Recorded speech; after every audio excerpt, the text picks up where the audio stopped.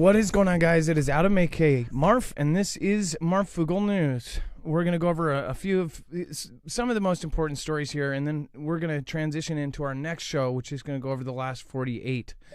Of course, we have Trump says he has a pretty good idea of the cause of the DC plane crash. Now, I want to remind people, after hearing about all of the crazy stuff that has been implemented in the last couple months, it is pretty wild to see some of the things they actually targeted in specific kinds of people for hiring. Now, before this, I actually did not know much about air traffic control. But as he actually quotes in this, is that you have shorter lifespans for air traffic controllers. They have to monitor so many different things all at once. These are all true things. In specific, the air traffic controllers actually have to monitor a ton of stuff. Now, we'll talk about it at the very end here, but there was an eerily similar incident and a very, very close call less than 24 hours after this with the same kind of thing, with a plane and a helicopter. Now, if you don't know what we're talking about, the DC crash, a plane was coming in and it ended up hitting a helicopter. So it almost looks like, from what's going on, like they're not keeping track of the helis. Before we move on, I want to remind you guys, we are independent. We're on our own here. If you guys do want to support us, you can go to marfooglenews.com/EMP and get yourself protected against an EMP. Again, this not only protects against EMP, but it can only also protect you against a solar event, a Carrington-level event. All of the affiliates that we have, we believe, will either help you through a disaster or help save your life or get you home to your family. This could be all three. Again, this machine will allow your cars, trucks, motorcycles, or boats to continue running after multiple EMP strikes or a solar event. So go over to marfooglenews.com/EMP and make sure to use the code MARF. In less than 10 minutes, you can put this in yourself, and you will be able to use your vehicles, use your generators, use your RVs, use your home, use your ham radio. They have pretty much advice for anything after all of these events occur. So go to marfooglenews.com/EMP and make sure to use the code MARF. Thank you for doing so. Let's bring in my co/internet brother, Dex James. What's going on, and how are you doing today? Well, hello, Adam, and hello, Foogle fam. I'm doing just fine. So do you want to go over the Army says Black Hawk crew and DC plane crash was fairly experienced? Yeah, so that's at least the statement coming out from Pete Hegseth and others there, that they, obviously they've been notifying next of kin, but they're claiming that the crew on there was quote unquote fairly experienced. So while it was they are labeling it as a training flight, it wasn't like they were training new guys to fly a helicopter, at least is the way that I guess they want us to understand this. But they also said that they were using there were night vision goggles on board. Some have suggested they may have been using it. We're not sure. I'm not 100% sure if they were on them or just on board, but was something that is typically done in the training flights, is flying with night vision. And another thing I didn't realize, this is the first fatal U.S. commercial airline crash since 2009. To believe killed 67 people, and has sparked questions over if it could have been prevented.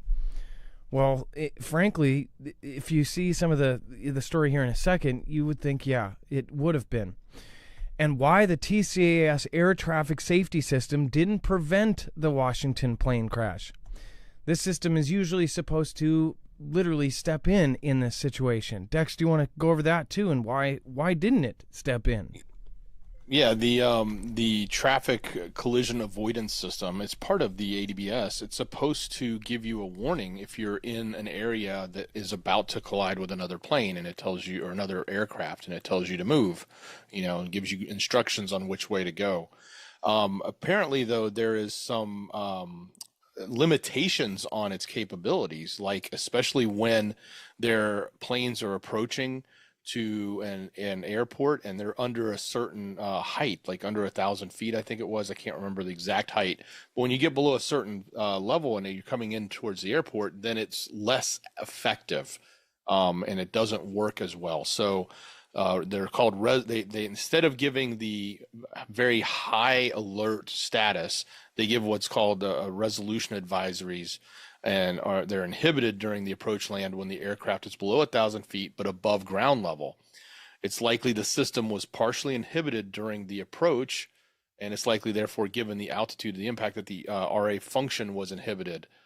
So they're saying that that could have been part of it. Now, again, we don't know. None of this, it's going to take weeks, if not months, for them to come out with a full report of what actually happened. But this is an explanation from a lot of the folks in the flight community that say, these things do not work as well when you get down to a low level. And the alert it gives you is not a high level alert. It's a low level alert when you're below that 1,000 feet. And I wonder how this system works compared to the other systems. If this is something that only works, it doesn't work under 1,000 feet because it's. I wonder how logistically how it even works. Is it something that's on each individual aircraft? It's based on the ADBS system, so all of their transponders and where they are and information is fed in, and it lets the others know. But it is more accurate at a higher level. When you get down to a low level, because you're dealing, especially at an airport, you've got planes taking off and landing on runways that are parallel and close to each other. It doesn't necessarily talk about, give you warning of collision when there's a plane, coming in parallel to you, because it's so close. The proximity is close, and it's not, I guess you wouldn't be that close when you're up 1,000 feet or higher in the air, if that makes sense. Plus, there's all the transponders that are down on the ground that could be moving as well. Now, the first question when this happened over the last couple days that I had was who was on these planes. They said that there was some skaters on them. They said that there was, of course, the ice skating. Possibly, did they verify if those were Olympic skaters on there? It was U.S. Olympic team. Some of them were from the team, but there was also former Russian skaters that are now coaches for the team that were on there. So there's a handful of Russians that were on there, as well as teammates. Because you wonder if there was ever anything else kind of involved, something like this, where it really matters who is on that plane, especially in a time where you have, what are they called? They called them hybrid attacks. We just got a warning, mind you, just a couple weeks ago about, Vladimir doing Putin doing hybrid attacks with planes or something. And then we have this plane attack, this plane crash. Now, this is so crazy because it hit a Black Hawk helicopter. But get this. Again, what to know about these folks, and this has kind of the big picture. Officials said Thursday that there had been nothing unusual about the flight paths for each aircraft leading up to the collision, nor was there a breakdown in communications. The American Airlines flight attendants were based out of Charlotte, an Association of Flight Attendants spokesperson confirmed to Axios. Doug Zahib, the CEO of the Skating Club of Boston, confirmed at its press conference Thursday, to the best of their knowledge, 14 skaters were on board that flight, returning home from the development camp, which was put on by Wichita by U.S. Figure Skating. Of the 14, 6 people were affiliated with the club, including 2 coaches, 2 teenage athletes, and 2 parents, which is really, really sad. Kremlin spokesman Dmitry Peskov confirmed on Telegram that Russian figure skaters and other citizens were on board. Russian state news agency TASS reported that there might have been coaches of Russian origin there as well. So you had both U.S. and Russian Olympic skaters there. That's just wild. And it's so odd when there is a plane crash. Almost all of them. We've lost a lot of celebrities through plane crashes. It seems like anytime there is a crash, there's at least a couple people on there that's like, whoa, holy moly, they were on that plane. So again, with this, I guess time will tell as over the next week as they put out more of the people involved in it. And then this is very, very weird. So American Airlines plane crashed in D.C. just 24 hours after eerily similar near miss between jet and helicopter. So I misspoke earlier. I said that this happened after the crash. This happened before. So again, less than 24 hours before this all went down, there was an eerily similar incident. Dex, do you want to go over that? It's very similar.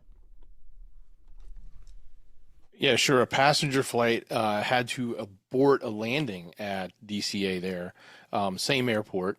It was the day before, and the Republic Airways flight 4514 was forced to back out of a touching down and had to make a second approach after a helicopter appeared near its flight path.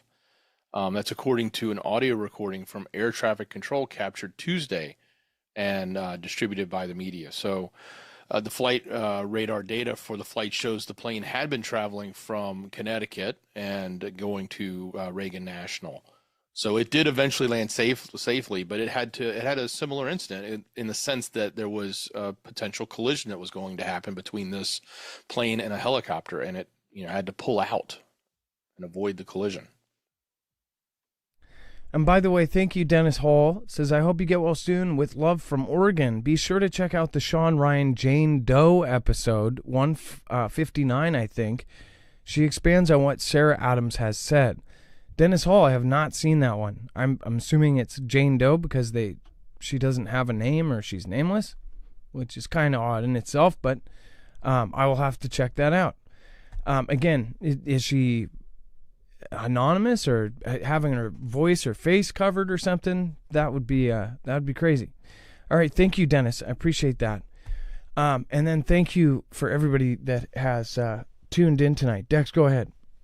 And Adam, on one of the earlier stories we had said, I think it suggested that there was nothing irregular about the flight paths, but what's really interesting is some of the people that have been watching the flight path of the helicopter have been trying to report that it looked like it approached other planes in its path prior to this one. Now, I will caution you guys, when you go look at that, make sure if you're seeing it, pay attention to the altitudes, because the altitudes were not the same. So obviously the helicopter wasn't necessarily heading into these other planes. They just happened to be overlapping.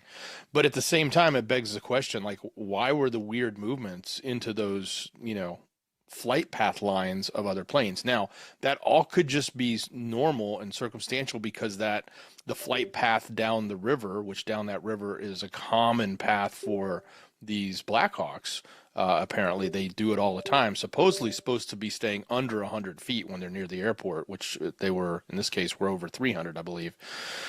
But it is common for them to go down that path, and that path would then cross the path of a lot of flights that are taking off from DCA, which is what those were. So if you guys see that, pay attention to it, but make sure you're noticing that there's color differentiations in those ADBS and flight radar maps that everybody keeps putting out, and those color differentiations tell you that they're not at the same altitude.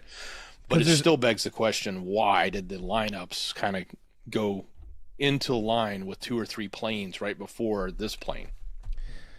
Because there's highways in the sky, and they're usually separated by 1,000 feet of altitude. This was also something that people pointed out. Now, we were only pointing it out because I thought it was very interesting. A lot of Foogle fan members tagged me in this, and it was 2 weeks ago in D.C., where, and again, I would say open your mind up to pretty much anything in 2025. And I think you'll get why people tagged me in this. So in D.C., they talked about this plane here, which I'm going to silence that. This plane here, or this video of a Black Hawk that was being loaded up, and it basically flies on its own. This is a thing that went down 2 weeks ago in D.C., where they flew, what was it, Dex? Do you think they flew from Connecticut to D.C. or D.C. to Connecticut? One of them. They flew halfway across the country in this autonomous Black Hawk helicopter. But it actually talks about it in this. And again, he and the woman that come on here and talk about this say that this is going to change the game because they have autonomous Black Hawk helicopters now. So think about the kind of extracts you could do where you don't have to have fear into it. You don't have to have a pilot worry about losing it. They knew they would lose the Black Hawk helicopter, but they're not losing a life. So the only thing that they stand to lose is the helicopter and not a person. Whereas usually they will make a rough decision like, oh, it's too hot to go in there. Now they could pull into something where it's going off, and again, people could hop in and get taken out of there.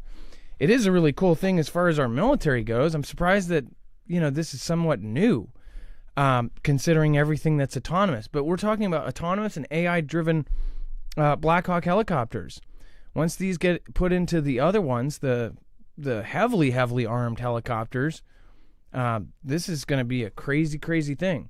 They're already doing the same kind of systems with the jets. The jets, if you ever watched Top Gun, that movie was, eerily predictive. But again, they talked about, you guys are going to be the last aces because everything's going to be autonomous soon. That is true. That is all happening right now. So there will be very few humans flying in the future, at least for military purposes. Dex, go ahead.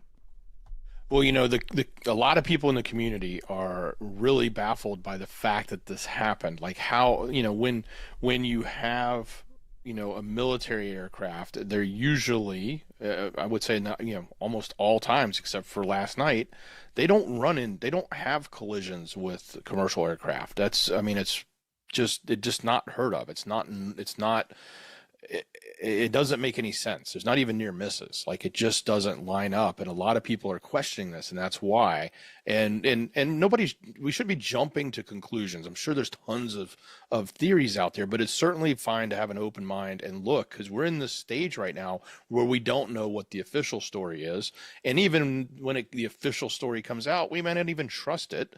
Because if there is something fishy going on, they might not tell everybody the full story. So it's okay to question things, but don't necessarily jump to conclusions. But at the same time, this is so wrong. It's not like, two planes almost, run into each other on the tarmac, which you hear about that all the time. And you sort of understand ATC does, air traffic controllers aren't doing their job that great, or they're overworked or understaffed or et cetera. But this is totally different. This is a military helicopter, and it was directly in the line of sight of this. In theory, when you look at the maps and how they came together, it had plenty of time at the same level to see this plane. They have headlights and react. Yeah, and the plane was full of headlights. Now, granted, if they had night vision on, they could have dialed down the lights. Granted, there's a lot of other air traffic in the area that's landing on the same airplane, same runways that could be misleading on depth. But still, it's not heard of. And that's why everybody's looking for the oddity, not the obvious, which is, it's just an accident. It makes sense for us to look. Yeah, because we can't believe anything they frickin' say, Dex. I mean, it's so crazy how many times we've been lied to over the last 10 years. I mean, so blatantly. Before they used to hide it. Now they don't. Now it's they're trying to cause problems. And did you hear they moved the plane? It was approaching runway 1 or 3, I can't remember, and they moved it to runway 33, of course. Yeah, no, of course, runway 33. Yeah, and of all the runways it's like 1 and 2 or 1 and 3. There are single digits for the 2 runways, and then there's one over there that's called 33. Of course, they have that in DC, right? Well, and I'm just surprised. And it was a Boeing, but this wasn't at the fault of the plane. 6 months ago, they would have found fault with Boeing, because all those stories back to back about Boeing. Well, it is a horrible event. There's a fine line between being respectful of the event, but also being able to ask questions, because you can find out 10 years later that events are completely different than what they said, and that the official narrative was completely off. I mean, look at what they're releasing about the JFK and the MLK and all of this other stuff. I mean, obviously, we know that we're being told, bad info all the time. It's comical, because they're constantly picking apart what everybody on the internet says as bad info or but yet that's all that comes out of the same party that regulates it. So, join us for our next show in just a few minutes. We'll be over on Marfoogle TV. We're going to talk about the last 48 hours and some of the biggest events that have happened. And again, some stuff about the plane crash that will also be developing as well. So make sure to join us over there. If you want to head over there, all you have to do is click here. Dex, go ahead. And Joel Kelsey, thank you for the super sticker. Thank you, Joel. And again, just click here. Otherwise, if you're in the chat, just stay there.